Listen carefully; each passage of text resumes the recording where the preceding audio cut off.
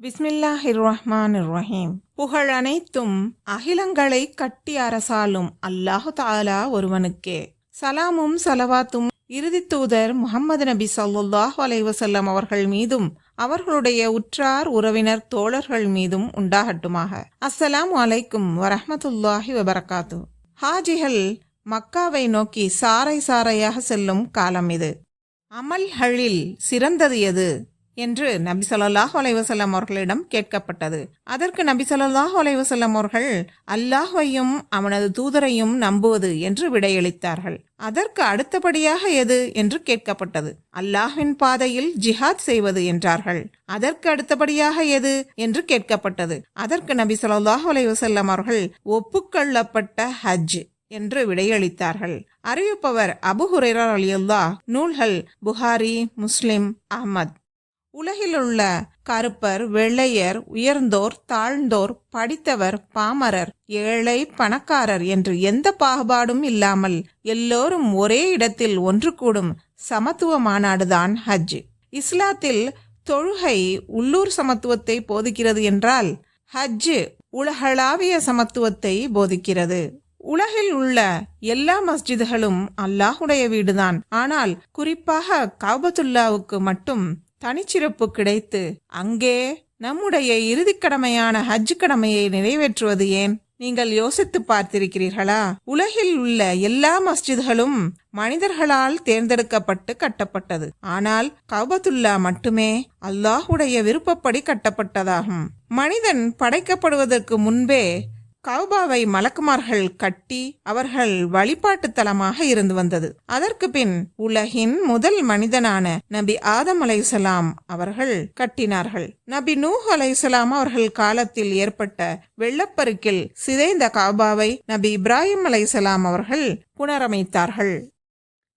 அன்றிலிருந்து இன்று வரை அது பாதுகாக்கப்பட்டு பைத்துல்லாஹ் என்று அழைக்கப்படுகிறது. அல்லாஹ் தஆலா அல் குர்ஆன் 22வது அத்தியாயம் 27வது வசனத்தில் நபி இப்ராஹிம் அலைஹிஸ்ஸலாம் அவர்களுக்கு இவ்வாறு கட்டளையிடுகிறான். வஅதின்ன ஃபின்னாஸி பில் ஹஜ்ஜி யஅதூக ரிஜாலன் வஅலா குல்லி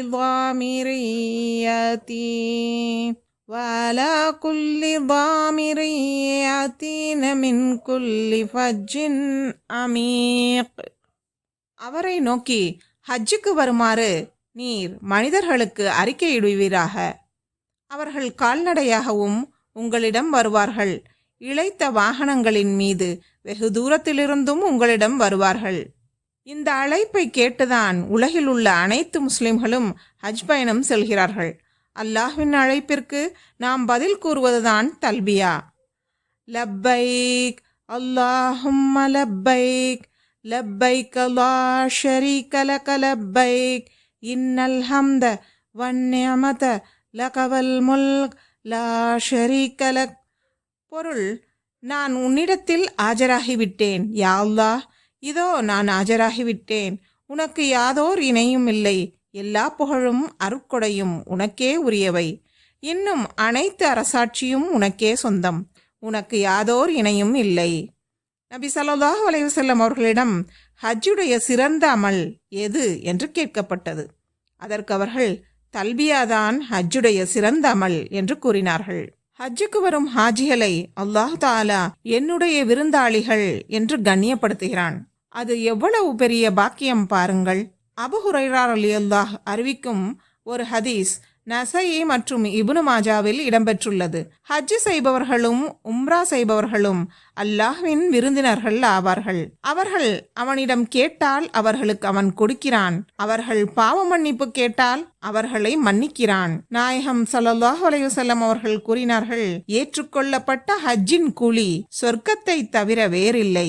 அனைத்து பாவங்களும் மன்னிக்கப்படுவதும் கேட்டவை யாவும் கிடைப்பதும் மறுமையில் சுவனத்தை பரிசாக கிடைப்பதும் எவ்வளவு பெரிய அற்புதம்! அந்த அரிய பாக்கியம் நம் அனைவருக்கும் கிடைக்க எல்லாம் வல்ல அல்லாஹ் உதவி செய்வானாக. ஆமீன்.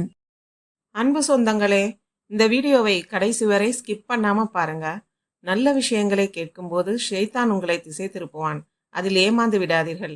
இந்த சேனலை சப்ஸ்கிரைப் பண்ணுங்க. உங்க சப்போர்ட் இருந்தாதான் இது போல் நிறைய வீடியோஸை நான் போட முடியும். ஹஜ்ஜுக்கு செல்லும் ஹாஜிகளே, உங்கள் ஹஜ் ஏற்பாட்டில் முதலாவதாக தக்வா என்னும் இறையச்சத்தை தயார்படுத்திக் கொள்ளுங்கள். அல்லாஹு தஆலா 2வது அத்தியாயம் 197வது வசனத்தில் இவ்வாறு கூறுகிறான், வலா ஜிதால ஃபில் ஹஜ் வமா தஃஅலூ மின் கைரின் யஅலமுல்லாஹ் வதஸவ்வது ஃபஇன்ன கைரஸ் ஸாதித் தக்வா வத்தகூனி யா உலில் அல்பாப். பொருள்: மேலும் ஹஜ்ஜுக்கு தேவையான பொருட்களை சித்தப்படுத்தி வைத்துக் கொள்ளுங்கள். நிச்சயமாக இவ்வாறு சித்தப்படுத்தி வைப்பவற்றுள் மிகவும் ஹைரானது, நன்மையானது தக்வா என்னும் பயபக்தியே ஆகும். எனவே நல்லறிவு உடையோரே, எனக்கே பயபக்தியுடன் நடந்து கொள்ளுங்கள். ஹாஜிகளுக்கு பயனளிக்கும் டிப்ஸ் சிலவற்றை இப்போது பார்ப்போம். மக்காவுல இந்த மாசத்துல வெயில் 110 டிகிரி வரை கூட போகும். எனவே கனமில்லாத லேசான காட்டன் துணிகளையே எடுத்துட்டு போங்க. வெளியே எங்க போனாலும் மறக்காம குடை அல்லது தொப்பி, சன்கிளாஸ் போட்டு போங்க. கடைகள்ல கையடக்க கேப்சூல் குடை கிடைக்கும். அதை வாங்கி வச்சுக்கிட்டா வெளியில போகும்போது ஹேண்ட்பேக்ல ஈஸியா எடுத்துட்டு போகலாம். கூட்டம் அதிகமா இருக்கிற இடங்களுக்கு செல்லும் போது மறக்காம மாஸ்க் போட்டு போங்க. இப்போ கடைகள்ல நிறைய பேட்டரி ஃபேன்கள் கிடைக்கிறது. இதை வாங்கி கைப்பையில் வைத்திருந்தால் ரொம்ப உதவியா இருக்கும். வேர்வை ஜாஸ்தியா உள்ள இடங்கள்ல இந்த ஃபேனை யூஸ் பண்ணிக்கலாம். அதிகம் தண்ணீர் குடியுங்கள். அப்பதான் உடல்ல நீர்ச்சத்து குறையாமல் இருக்கும். ஹீட் ஸ்ட்ரோக் வரும் அபாயம் இருக்கிறவங்க டெட்ரா பேக்ல வரும் ORS லிக்விட வாங்கி வச்சுக்கிறங்க. அதை கைப்பையில எடுத்து சென்றால் தேவைப்படுற நேரத்துல குடிச்சுக்கலாம். எந்த சூழ்நிலையிலையும் உங்கள் வழக்கமான மருந்து மாத்திரைகளை எடுத்துக்க மறக்காதீங்க. நீங்கள் ஹஜ்ஜை நல்லபடியா நிறைவேற்ற உங்கள் ஆரோக்கியத்தை கவனிக்க வேண்டியது மிக அவசியம். இந்த வீடியோவை லைக் செய்யுங்க, நம் சேனலை சப்ஸ்கிரைப் பண்ணுங்க. ஹஜ்ஜுக்கு செல்லக்கூடிய உங்கள் ஃப்ரெண்ட்ஸ் அண்ட் ஃபேமிலி மெம்பர்ஸ்க்கு இந்த வீடியோவை ஷேர் பண்ண மறக்காதீங்க. நீங்க எடுத்துட்டு போற உங்களுடைய வழக்கமான மாத்திரைகளை தெளிவான பிரிஸ்கிரிப்ஷனை டாக்டர்கிட்ட சொல்லி எழுதி வாங்கி வைத்துக் கொள்ளுங்கள். முடிஞ்சா பேர் தெரிகிற மாதிரி மாத்திரைகளை போட்டோ எடுத்து கூட வைத்துக் கொள்ளலாம். உங்கள் ஐடி கார்டு, ஹேண்ட்பேண்ட் அதையெல்லாம் எந்த சூழ்நிலையிலும் கலற்றி விடாதீர்கள். ஹரம் ஷரீஃபின் உள்ளே எல்லா இடத்திலையும் ஜம்ஜம் தண்ணீர் தான் ஐஸ் தண்ணீராக கிடைக்கும். வயதானவர்கள் இந்த ஐஸ் தண்ணீரை அடிக்கடி குடிக்க வேணாம். கையில சின்ன ஃபிளாஸ் இளம் சூடான தண்ணீரை எடுத்து செல்லுங்கள். தொண்டைக்கு இதமாக இருக்கும். 50 வயதுக்கு மேற்பட்டவங்க கூட்டங்கள்ல போகும்போது வாக்கிங் ஸ்டிக் வைத்துக் கொள்வது நல்லது. உங்கள் நடைப்பயணத்திற்கு மிக உதவியாக இருக்கும். இப்போ வர்ற வாக்கிங் ஸ்டிக்ல ஒரு சின்ன சேர் அட்டாச்மெண்டோட வருது. தேவைப்படும் போது எடுத்து நம்ம யூஸ் பண்ணிக்கலாம். தேவையில்லாத போது மடக்கி வாக்கிங் ஸ்டிக்கா யூஸ் பண்ணிக்கலாம். தரையில் உட்கார கஷ்டப்படுறவங்க டக்குன்னு விரிச்சு அமர்ந்து கொள்ளலாம். ஹஜ் பயணம் என்பதே நடைதான். சில சமயங்கள்ல 20 கிலோமீட்டர் கூட நடக்க வேண்டி வரும். நடக்கும்போது சிலருக்கு இரு தொடைகளும் உரசி புண்ணி ஏற்படும். அது போன்ற சமயங்களில் முன்னெச்சரிக்கையா வேஸ்லின், ரேஷ் கிரீம் அல்லது பேபி பவுடர் போட்டுக்கொண்டு நடக்கலாம். உராய்வு ஏற்படுவதை தடுக்கலாம். தவாப் சுற்றும் போது பெண்கள் உள்ளே அரைக்கால் உயர டைட் ஷார்ட்ஸ் போட்டுக்கொள்வது நல்லது. பெண்களுக்கு நடப்பதால் உண்டாகும் ரேஷஸும் வராது. முக்கியமா பெண்கள் நீளமாக தரையில் வழிந்தபடி இருக்கும் ஆடைகள், அபாயாக்கள் அணிவதை தவிர்த்து கொள்ளலாம். இல்லைனா அடுத்தவர் உங்கள் ஆடையை மிதித்து நீங்கள் கீழே விழ நேரிடலாம். அதனால எச்சரிக்கையா இருந்துக்கோங்க. ஸ்கிரீன்ல தெரியுற இந்த தொலைபேசி எண்களை சேவ் பண்ணி வச்சுக்கோங்க. ஏதாவது எமர்ஜென்சினா நீங்க கால் பண்ணா உங்களுக்கு எல்லாரும் உதவி செய்ய ரெடியா இருக்காங்க.